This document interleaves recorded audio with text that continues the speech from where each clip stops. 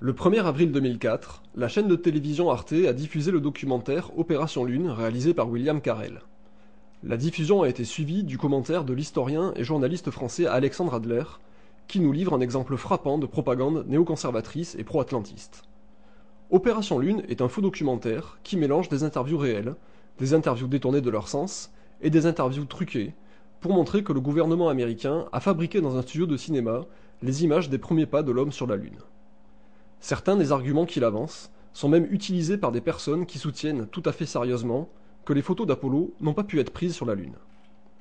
Sous couvert de faux documentaires, Opération Lune laisse donc entendre qu'Apollo pourrait réellement être un canular, et c'est pour cette raison qu'Alexandre Adler se devait de nous offrir son commentaire destiné à écarter radicalement cette idée. Ce commentaire de propagande, qui développe un argumentaire spécieux et structuré, ne réfute pas les éléments qui motivent les accusations de canular, mais diffuse à demi-mot un message de confusion et de diabolisation que nous allons découvrir en analysant ce commentaire et les techniques de propagande employées pour faire avaler le message. Les vrais artistes ont sur nous la supériorité du regard qui voit par-dessus l'horizon courant. Cette phrase d'introduction nous met en confiance. Celui qui parle est philosophe, il nous parle de la condition de production de l'art, et cette métaphore qu'il nous livre, avant de nous dire quoi que ce soit sur l'art, dit d'abord que celui qui parle est quelqu'un qui réfléchit, qui possède des connaissances, qui sait ce qu'il dit, et que donc nous pouvons faire confiance en sa capacité de jugement. En entendant cette phrase de philosophe, nous nous disons qu'il est sans doute plus cultivé et plus intelligent que nous. Nous le plaçons nous-mêmes dans la position de quelqu'un qui sait. Nous avons l'impression rassurante que nous pouvons, en toute confiance, renoncer à juger de la pertinence de ses arguments et apprendre directement de sa bouche la vérité. Le film que vous venez de voir a ainsi été conçu comme une grande farce philosophique quelques mois avant le 11 septembre 2001. Le thème de la propagande est introduit. Il y a un lien entre le fait de monter un canular, de vouloir faire croire à une fausse idée, et les attentats du 11 septembre. Tout au long du commentaire, ces deux notions, le canular et le terrorisme anti-américain, sont manipulées et articulées pour soutenir le message de propagande d'Alexandre Adler. Il s'agissait alors, au travers d'un récit comique, d'alterner dans un montage serré, interviews détournées de leur sens et morceaux de comédiens pour créer le hoax du siècle naissant, le miroir aux alouettes. Ceci est un mensonge et pas une erreur, car on a de bonnes raisons de croire qu'Adler est suffisamment bien renseigné sur le sujet. Depuis le début des soi-disant premiers pas de l'homme sur la Lune en 1969, des gens clament qu'Apollo est une supercherie. De nombreux Américains et Occidentaux, qui ont assisté à l'événement et qui ont analysé les photos, les images et les informations de la NASA, pensent depuis le début qu'Apollo est un mensonge, un canular qui a servi à la propagande états-unienne.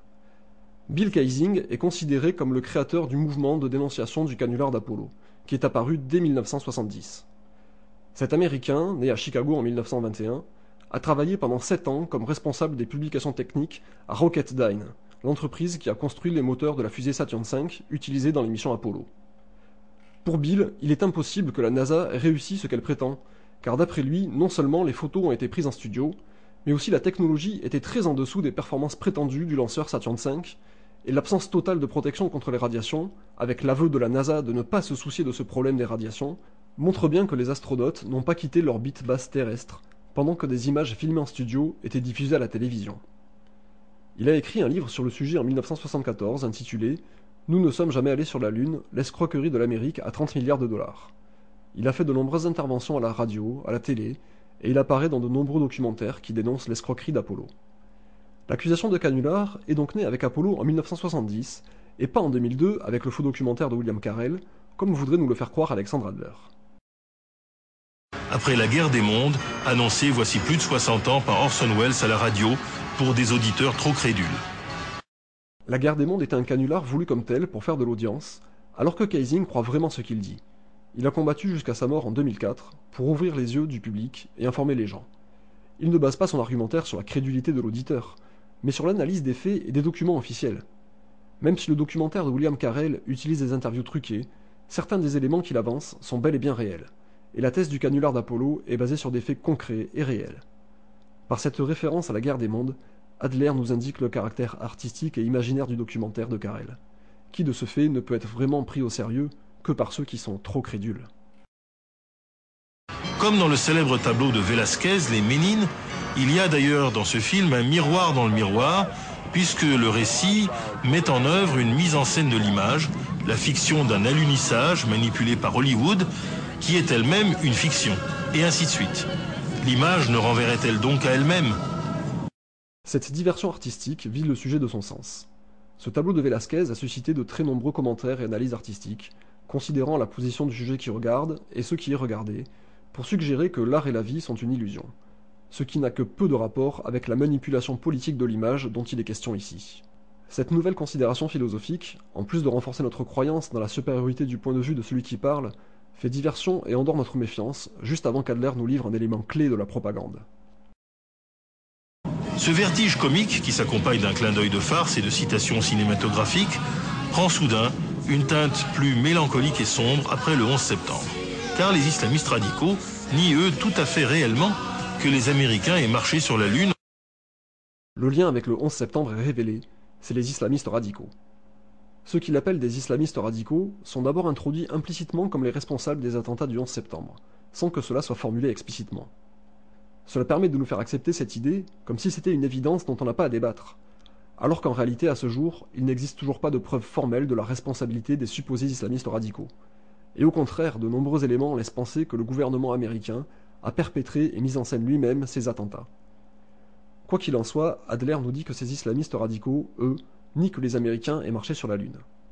C'est une vérité partielle, car il y a peut-être des islamistes radicaux qui le croient, mais il y a aussi et surtout de nombreux Américains et Occidentaux qui croient aussi qu'Apollo est un canular, à cause des nombreuses anomalies et incohérences constatées dans les missions Apollo. Nous avons déjà parlé de Bill Kaysing, qui a initié le mouvement de dénonciation du canular d'Apollo. Il y a aussi Peter Iams, réalisateur du film 2010, qui a écrit et réalisé en 1978 le film Capricorn One. Ce film raconte comment la NASA en arrive à truquer les images des premiers pas de l'homme sur Mars, exactement comme cela aurait pu se passer pour Apollo. Il y a Bart Sibrel, un réalisateur de films amateurs du Tennessee, qui a fait plusieurs films et participé à plusieurs documentaires sur le sujet, notamment le documentaire « Avons-nous réellement envoyé un homme sur la Lune ?», où il propose aux astronautes encore vivants des missions Apollo de jurer sur la Bible qu'ils ont bien marché sur la Lune. Au total, seuls 2 anciens astronautes sur 9 accepteront de jurer qu'ils ont bien réalisé l'exploit qu'on leur prête. Il y a aussi David Percy, qui est producteur de télévision britannique, expert en technologie de l'audiovisuel et membre de la Royal Photographic Society d'Angleterre. Il a fait un film documentaire remarquable de 3h30, intitulé « Que s'est-il passé sur la Lune ?». Et il a coécrit avec Mary Bennett un livre sur le sujet, Dark Moon, Apollo et les délateurs. Là aussi, les mêmes éléments sont analysés scientifiquement et très en détail pour arriver aux mêmes conclusions. Alors qu'après avoir vu le faux documentaire de William Carell, on pourrait tout à fait être tenté de croire qu'Apollo a réellement été un canular, Adler nous parle des islamistes radicaux comme s'ils étaient les seuls à croire cela. Or, nous venons de voir que de nombreux occidentaux et américains, eux aussi, nient tout à fait réellement que les Américains aient marché sur la Lune. Et pas en raison d'une prophétie, mais bien à cause des éléments réels et concrets fournis par la NASA elle-même. En raison d'un célèbre hadith qui prétend que l'islam demeurera aussi longtemps qu'un homme n'aura pas mis le pied sur le principal satellite de la Terre, c'est-à-dire toujours pour le conteur traditionnel qui ne croyait guère à l'évolution de la technologie. Un hadith est une parole du prophète Mahomet. Adler nous dit donc que l'islam a pour prophète un simple conteur traditionnel. De ce simple conteur, il nous dit qu'il ne croyait pas en l'évolution de la technologie.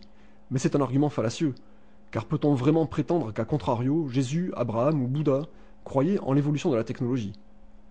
Mais malgré cette absurdité, le message est passé, ce simple conteur s'est trompé dans ses croyances, car soi-disant il ne croyait pas en la technologie qui pourtant a bel et bien évolué. Ainsi, la place des soi-disant islamistes radicaux est définie. Ce sont des gens qui se trompent et sont trompés. Leurs croyances sont des erreurs, leurs prophètes ne savaient pas. Et nous voyons les manipulations de l'image par les terroristes d'Al-Qaïda encore aujourd'hui. Voici une articulation clé de l'argumentaire propagandiste. Adler nous dit d'abord que les islamistes radicaux nient que l'homme ait jamais marché sur la Lune, et ensuite que les terroristes d'Al-Qaïda manipulent les images. Il introduit donc un lien entre ces deux éléments, soutenir qu'Apollo est un canular, et faire de la manipulation d'images. Là encore, rien n'est formulé explicitement par Adler, mais le lien est immédiatement fait inconsciemment par l'auditeur peu méfiant, qui retiendra que c'est à l'aide de manipulation d'images que certains soutiennent qu'Apollo est un canular. Alors si on en croit Adler, pourquoi discuter du fait qu'Apollo puisse être un mensonge? Ce sont les islamistes radicaux qui le pensent. Et pourquoi croire les analyses d'images d'Apollo? C'est sûrement le travail de manipulation des terroristes d'Al-Qaïda. Pourtant, nous avons vu que de nombreux occidentaux et américains, ni islamistes, ni terroristes, pensent avec des arguments scientifiques à l'appui qu'Apollo est un canular.